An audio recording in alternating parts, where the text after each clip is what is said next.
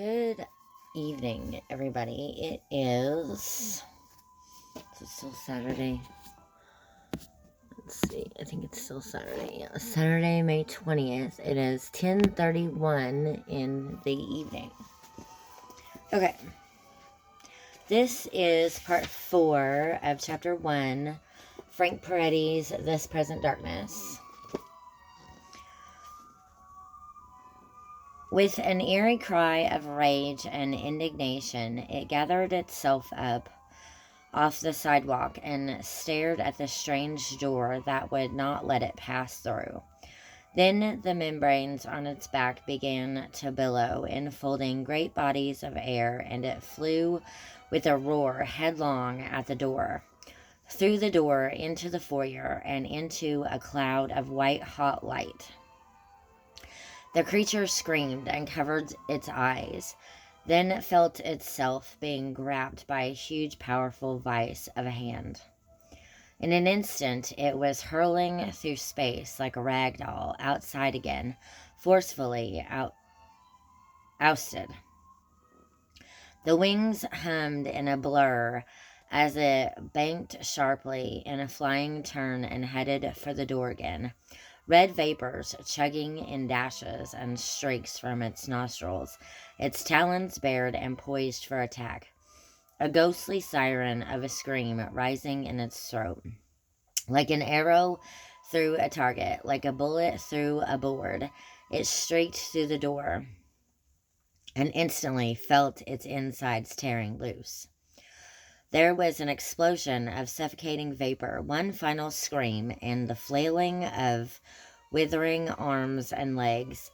Then there was nothing at all except the ebbing stench of sulfur, and the two strangers suddenly inside the church.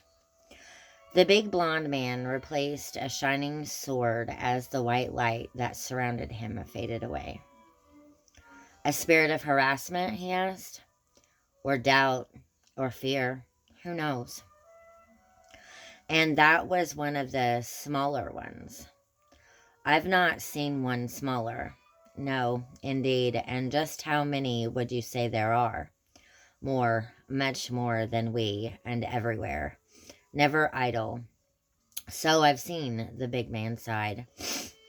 But what are they doing here? We've never seen such concentration before. Not here. Oh, the reason won't be hidden for long. He looked through the foyer doors and toward the sanctuary. Let's see this man of God.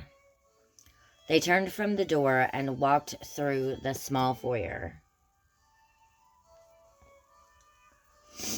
The bulletin board on the wall carried requests for groceries for a needy family, some babysitting, and a prayer for a sick missionary.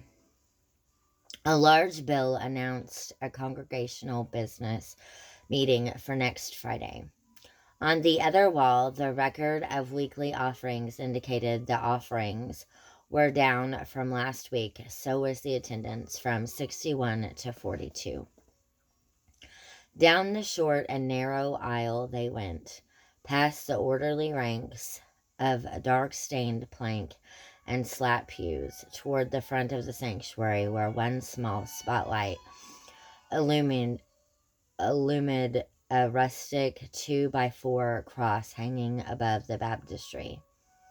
In the center of the worn carpeted platform stood the little sacred desk, the pulpit, with a Bible laid open upon it.